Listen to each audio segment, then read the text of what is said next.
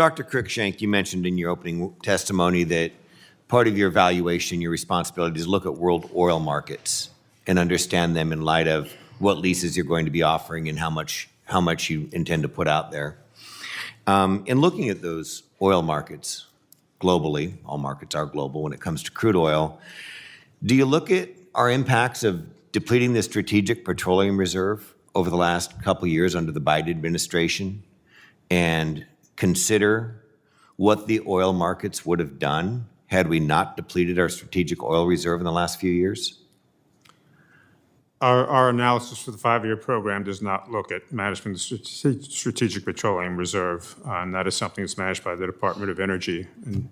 But surely if you're going to look at oil markets, you're going to have to say we're depleting our strategic oil reserve. I mean, in a time of geopolitical conflict, in a time of logistics complications all over the Suez Canal, you do not take into account the fact the only reason oil has only gone up about $20 a barrel in the last few years and not $30 or $40 a barrel in the last few years is because this administration has not very strategically, I would think, depleted our strategic oil reserve. And you don't weigh that in. We look at long-term trends, long-term expectations. Anything that is put into a 5-year program is not going to be produced for 10, 20 years in the future. So sure. Is refilling the strategic oil reserve, the nearly 350 million barrels that have been pulled out of it, is refilling the strategic oil reserve part of your long-term plan that you evaluate and look at the need for that? Or are we simply deciding that we won't drill American oil at our maximum capacity and we won't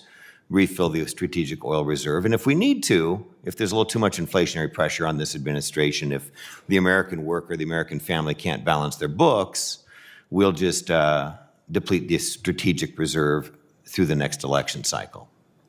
I can't speak to the strategic petroleum what reserve. It looks Those like. Questions need to go to the Department of So Energy. if you look at the price of oil has gone up about $20. If you look at the charts between the previous administration and the current administration, it was running about $60 a barrel. Now it's running about $80 a barrel.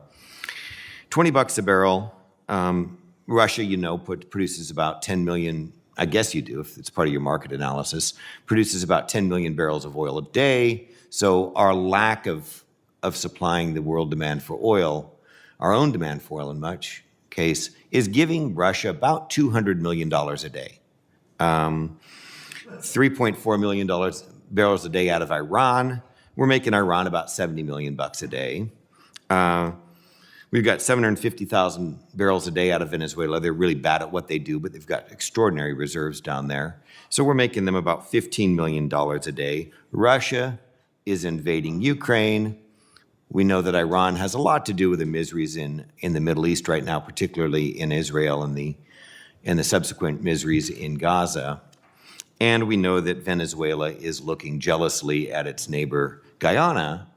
Are these things that you weigh into your oil market analysis when you underproduce oil here in America? Two things. First, I would note that oil production in the United States is at its all-time high. But I would also note that under the Act, we are analyzing national and regional energy markets in the United States. So we've got oil at all-time high. We've got oil at 30%, 33% more on average than it was a couple years ago. We've got the American working family facing all kinds of inflationary pressures. We're enriching our geopolitical enemies around the world. And the one fact that we've increased oil production, not to even mention that there are many populations across the globe who are seeking to reach some higher standard of living than they are now. And the only proven way to do this in a human way is to expand the carbon economy. That's simply a fact. We've had some dialogue here about oil company profits. Do you see oil company profitability as an implicit problem with the oil industry as it stands today?